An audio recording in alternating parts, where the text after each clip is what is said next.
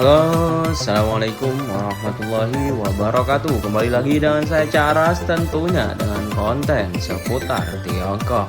Ya, kita kali ini akan mendengarkan 3 orang yang menurut saya cukup excited dan cukup berpengalaman tentang Cina.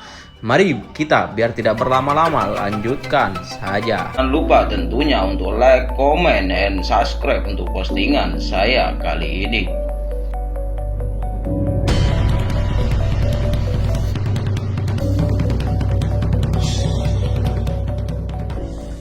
Oke, yang pertama ada Novi Basuki.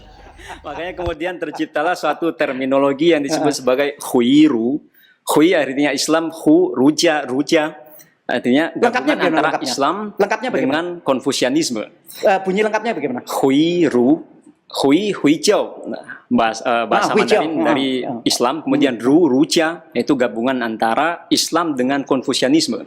Jadi ulama-ulama pada saat itu untuk mendakwakan Islam itu bilang bahwa sebenarnya agama Islam seperti yang Abah bilang tadi itu tidaklah berada dalam hubungan diametral dengan ajaran Konfusianisme, yang mana Konfusianisme merupakan ajaran utama dari falsafah pemikiran orang-orang Tiongkok. Itu dianggap itu banyak kesamaan-kesamaan, seperti kesamaan untuk menghormati orang tua, menghormati guru, juga penghormatan terhadap leluhur. Itu sama sebenarnya. Makanya itu Islam bisa berkembang di Tiongkok menurut saya karena ulama-ulamanya pada waktu itu ya tidak gampang mengkafir-kafirkan. Coba kita mungkin bayangkan kalau Islam datang ke Tiongkok kemudian mengkafir-kafirkan ajaran Konfusianisme misalnya. Itu cilaka. Makanya itu menurut saya bersyukur ya, karena ulama pada waktu itu ya punya pemikiran yang moderat. Ya punya mereka selalu mencari titik temu antara ajaran lokal dengan ajaran yang hendak mereka sebarkan. Ya, mungkin persis seperti Wali Songo. Waktu itu kan kita bicara itu ketika beberapa mahasiswa Indonesia yang kuliah di sana, bagaimana sebaiknya kami bersikap sebagai orang Islam. Maka ya saya bilang mungkin yang terbaik adalah menghadapi masyarakat Cina yang seperti itu. Mungkin yang terbaik adalah Anda bisa jadi Wali Songo. Ya, selanjutnya Kiai Haji Imron Rosadi Hamid. Meliputi banyak bidang itu, mulai ekonomi, budaya, pendidikan dan segala macam. Nah, ini dari tahun ke tahun memang terjadi perbaikan jumlah ya, peningkatan jumlah siswa dan segala macam. Nah, saya pernah menyampaikan ke Kiai Said Agil Sirot, Ketua Umum PBNU, ketika itu Beijing bertemu dengan Pak Dubes kita, bahwa peningkatan kerjasama Cina Indonesia itu sekarang jangan hanya dilihat dari sisi peningkatan investasi ya, Cina yang dari ranking 3 kemudian naik ke ranking 2. Tetapi juga sebaiknya terjadi kenaikan tingkat pertukaran pelajar. Jadi kalau tahun ini umpamanya Indonesia mengirim 14.000 ya, saya kira ini juga perlu terus ditingkatkan karena ini penting dalam rangka untuk selain peningkatan kualitas sumber daya manusia kita, itu juga bisa menjembatani informasi yang selama ini salah ya, yang ada di dalam benak masyarakat Indonesia melalui anak-anak. Dan yang terakhir ada Yaya Sutarya. Memerangi kemiskinan. Jadi jangan diharap bahwa seluruh dataran China itu adalah negara yang kaya. Kalau kita lihat wilayah ke barat, kemudian ke selatan, ke utara dan sebagainya, memang di awal-awal kan disparitas ekonomi mereka itu kan sangat jauh tentunya. Nah, juga bagaimana pemerintah Tiongkok bisa melakukan pengentasan kemiskinan secara masif untuk ke semua elemen, sehingga disparitas ekonomi satu sama lain sangat berbeda. Nah, itu juga bisa dilihat kalau lihat ke wilayah barat di kota Kashgar.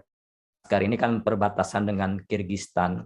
Bagaimana di sana di wilayah yang cenderung hampir sama dengan Timur Tengah, dengan kondisi air yang susah, kemudian juga dengan kondisi tentunya air yang menjadi barang vital bagi kita semua, karena kan air sumber dari kehidupan, yang tentunya di sana adalah masyarakat rata-rata masyarakat Muslim.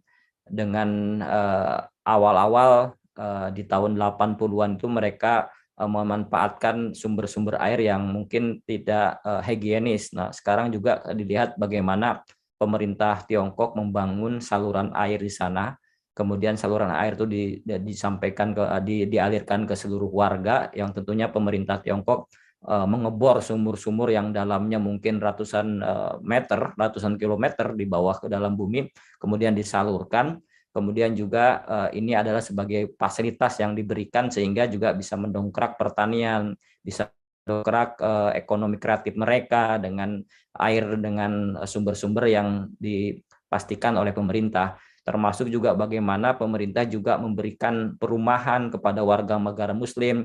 Selain perumahan diberikan ke warga Muslim, juga diberikan fasilitas internet, kemudian wifi dengan gratis, dan juga fasilitas air yang tentunya semuanya disubsidi oleh pemerintah, bahkan mereka tidak membayar karena itu adalah bagian dari program pemerintah.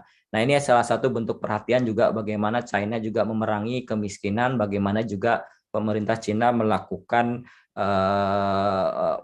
pengurangan disparitas ekonomi masing-masing, sehingga memang antara daerah satu dengan daerah lain itu juga dibangun namanya klaster ekonomi. Contoh pada saat Wuhan terjadi pandemik, semuanya penopang wilayah di sekitar Wuhan membantu karena Wuhan ini adalah bagian salah satu klaster ekonomi. Ada yang dari daerahnya menyumbang beras, tenaga kesehatan, sehingga pada saat satu kota di lockdown, wilayah lainnya itu akan membantu karena memang klaster-klaster ekonomi itu dari klaster ekonomi yang mampu membantu ya, ekonomi masyarakat kabupaten yang tidak mampu. Jadi antara kabupaten atau provinsi satu sama lain di Tiongkok ini tidak saling bersaing, tapi saling menopang satu sama lain sehingga ada kestabilan ekonomi.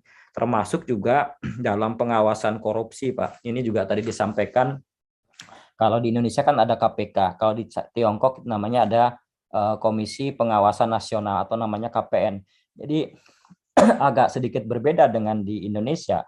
Kalau KPN di Tiongkok ini kan bertugas mengawasi semua pegawai pemerintahan memegang jabatan publik, termasuk akan diawasi tentunya adalah Partai Komunis China, bagaimana mereka berperilaku. Jadi mereka itu di KPN itu satu orang itu diberikan tugas untuk mengawasi satu pejabat. Jadi one position, jadi bisa 2 atau 3 orang yang mengawasi. Jadi memang harus betul-betul berhati-hati, mulai dari gerak dari rumah, kemudian dari misalkan dia konsumsinya mereka tahu betul Pak data-data itu, dan ada yang mencurigakan tentu tanpa ampun lagi mereka ditangkap dan tentunya dihukum mati pada saat mereka melakukan korupsi. Nah, ini yang tentunya menjadi koridor bahwa pemerintahan good governance itu betul-betul ditegakkan dalam prosesnya, sehingga memang dalam perkembangannya tingkat korupsi juga bisa ditekan.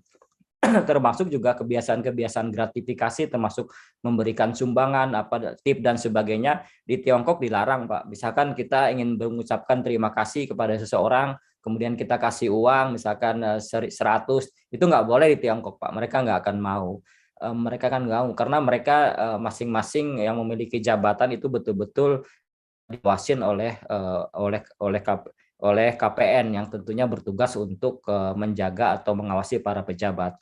Termasuk juga saat ini kebijakan tadi 1 anak sudah 2 anak, bahkan sekarang sudah mulai 3 anak Pak di Tiongkok ini. Bahkan sebenarnya sesungguhnya pada saat China itu membuat kebijakan masyarakat Tiongkok itu 1 anak, di Uighur, Muslim Uighur sudah diberikan kebebasan lebih dari 1 anak Pak oleh Tiongkok. Bahkan mata uang di China, mata uang yuan itu banyak melambangkan tokoh-tokoh Islam di situ di dalamnya yang ada membuat suku-suku Uighur. Jadi sebenarnya bagaimana juga pemerintah Tiongkok menghargai keberagaman, menghargai juga pengembangan masing-masing, termasuk juga memerangi kemiskinan. Bahkan kemarin kan sudah diakuin oleh PBB bagaimana Tiongkok bisa memerangi kemiskinan.